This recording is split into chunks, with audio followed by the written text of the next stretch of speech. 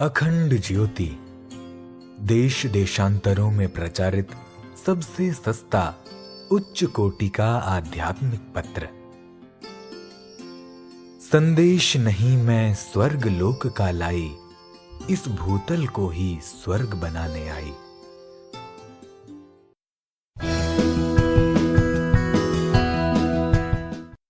अखंड ज्योति, जुलाई सन 1942।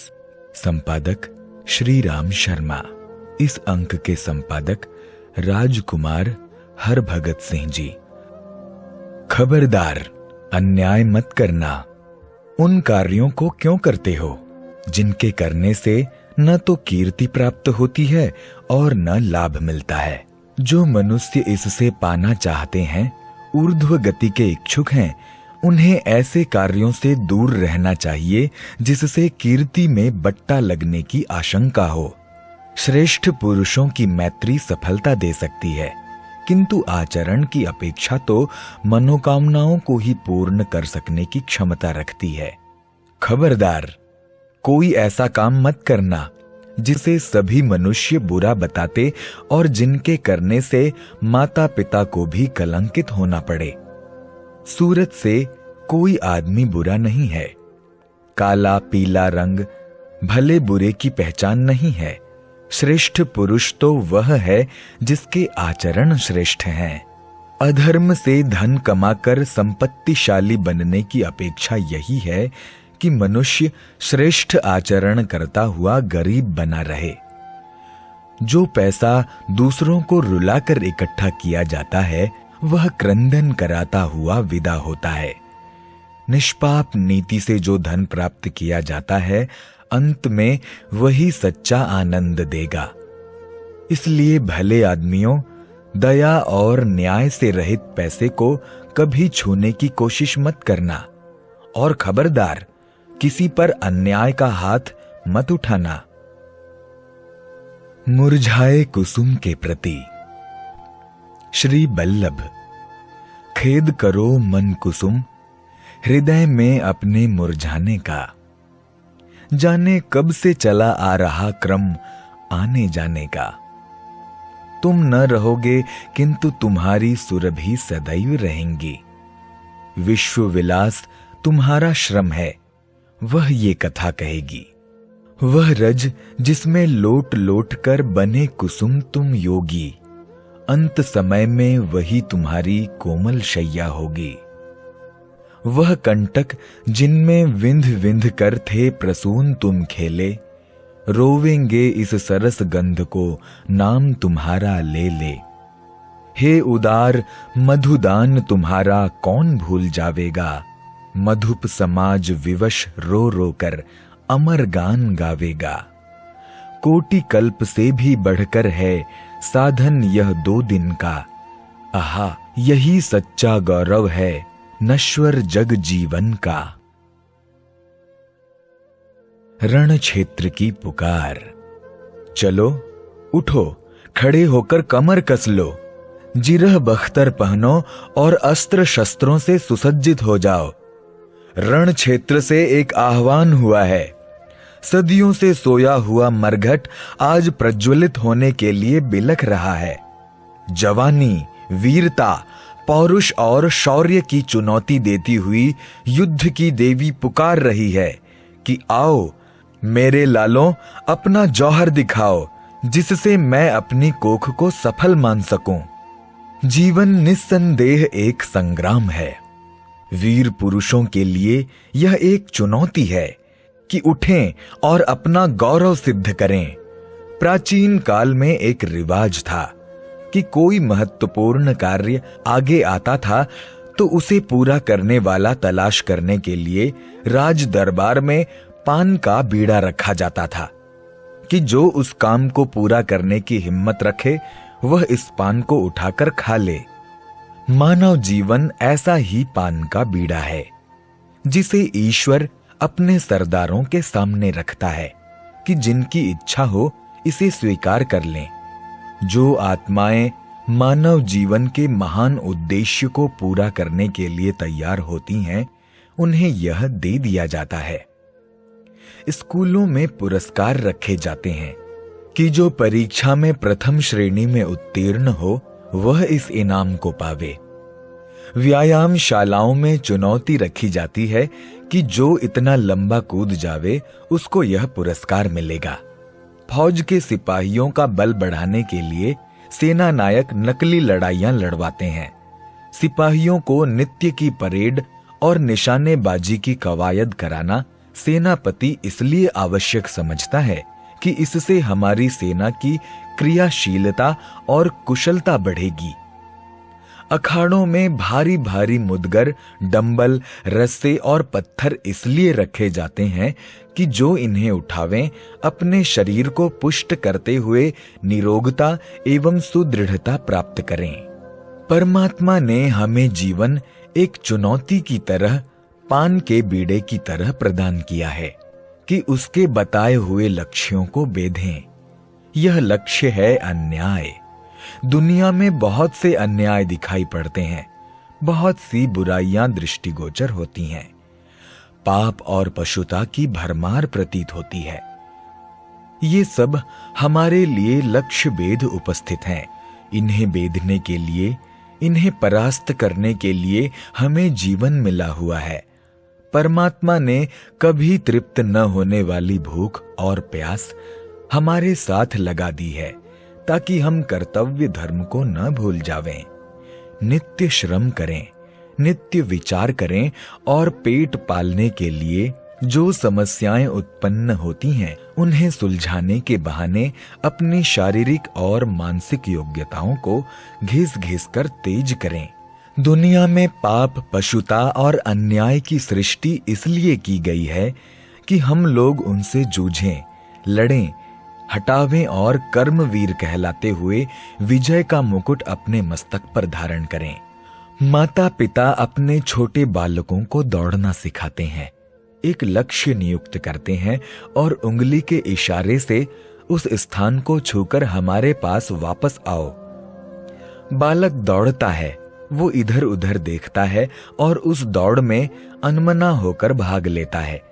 वह पीछे रह जाता है और पिता से अपमानित होता है। किंतु जिस बच्चे ने जी तोड़कर कोशिश की थी वह लक्ष्य को छूकर जल्दी वापस आ जाता है। पिता उसकी पीठ ठोंकता है और प्रोत्साहन देता है। दुनिया में फैली हुई बुराइयां एक चुनौती हैं जो हमें ताल ठोककर अपने से लड़ने के लिए ललकारती हैं। कायर और निकम्मे व्यक्ति इन बुराइयों को देखकर डरते, घबराते और कांपते हैं। वे कभी ईश्वर को दोष देते हैं कि उसने ये बुराइयां क्यों बनाई, कभी दुनिया को दोष देते हैं कि ये ऐसी घृणित है। कभी कुछ सोचते हैं, कभी कुछ कहते हैं। ये बहानेबाजी और झुंझलाना हमारी नपुंसकता का चिन्ह है। ईश्वर का इसमें कुछ भी दोष नहीं है। वो जीवों को तुच्छता से महानता की ओर ले जाना चाहता है, छोटे को बड़ा बनाना चाहता है, अपने पुत्र को सच्चा युवराज बनाकर उसे उत्तराधिकार प्रदान करने की ये सब तैयारियां हैं। ईश्वर कर्मनिष्ठ है, वह घोर कर्म में लगा हुआ है। उसकी सृष्टि का एक कण अहरनिश बिजली की तेजी से अपनी धुरी पर घूम रहा है। संपूर्ण ग्रह नक्षत्र जड़ चैतन्य अपने कार्य में बिना एक पल की भूल किए हुए काम में लगे हुए हैं। चैतन्य तत्व का सर्वोपरि धर्म है कर्म करना। पिता की सर्वोपरि संपत्ति है कर्तव्य। वह पुत्रों को भी कर्मनिष्ठ बनाकर अपना सच्चा उत्तराधिकारी बनाना चाहता है।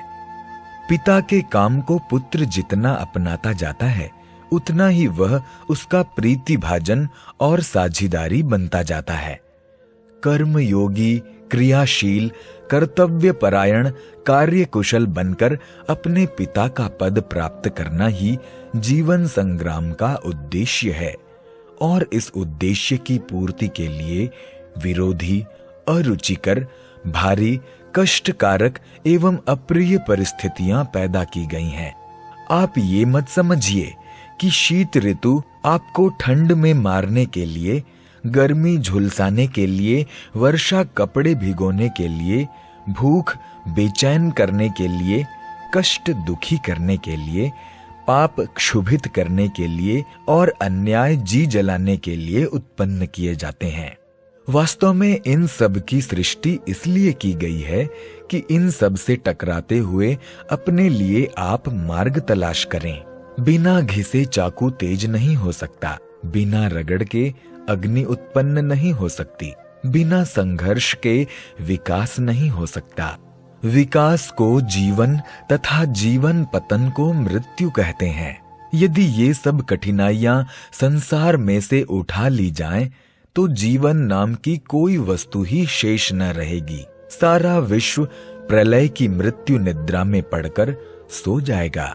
इसलिए संसार में फैली हुई अन्यायों को देखकर न तो डरिए, न घबराइए, न झुंझलाइए, न किसी पर दोषारोपण कीजिए, वरन ऐसा मानिए कि विश्व की व्यायामशाला में पाप के मुद्गर हमारे उठाने के लिए रखे हुए हैं, ताकि हम अपने को कर्म योगी बनाते हुए परमात्मा के सच्चे उत्तराधिकारी बन सकें।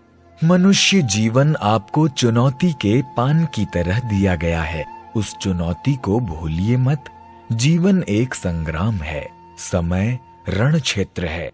घड़ी की टिक टिक करती हुई सेकंड की सुई हमें याद कराती है और चिढ़ाती है, मानो वह सेकंड कहती है कि मूर्ख, मैं चल रही हूं पर तू सो रहा है। साहस के साथ मानव का बीड़ा उठाकर आप अपनी प्रतिज्ञा को क्या इसी तरह अज्ञान की मस्ती में पूरा करेंगे? हाय, हम उस ललकार तथा चुनौती को सुनते हैं और फिर मोह निद्रा की खुमारी में झूम जाते हैं। इस मोह और अज्ञान को धिक्कारता हुआ जीवन का रण क्षेत्र हमें ललकारता हुआ चुनौती देता है कि हे महान पिता के अमर पुत्र, उठ, गांडीव को उठा और अन्याय अनाचार से जूझकर अपना कर्तव्य पूरा कर। अंतर लोकों से आज हमारे लिए एक ही आवाज आ रही है, उठो, चलो, खड़े होकर कमर कस लो, जिरह बख्तर पहनो और अस्त्र शस्त्र से सुसज्जित होकर रण क्षेत्र को चल पड़ो।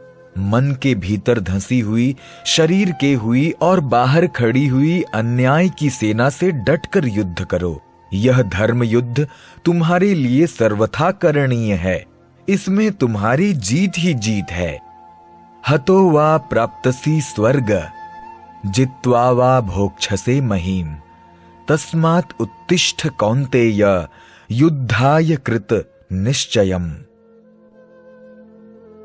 शक्ति की उपासना, वेदों का अमर संदेश। क्षिपो मृजंती यजुर्वेद।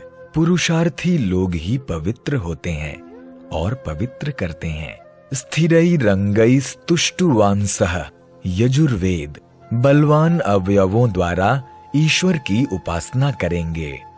आराष्ट्रे राजन्यः सूर इषव्यो अतिव्याधि महारथो जयताम यजुर्वेद। हमारे राष्ट्र में शूर लोग उत्तम प्रभावशाली वीर बने।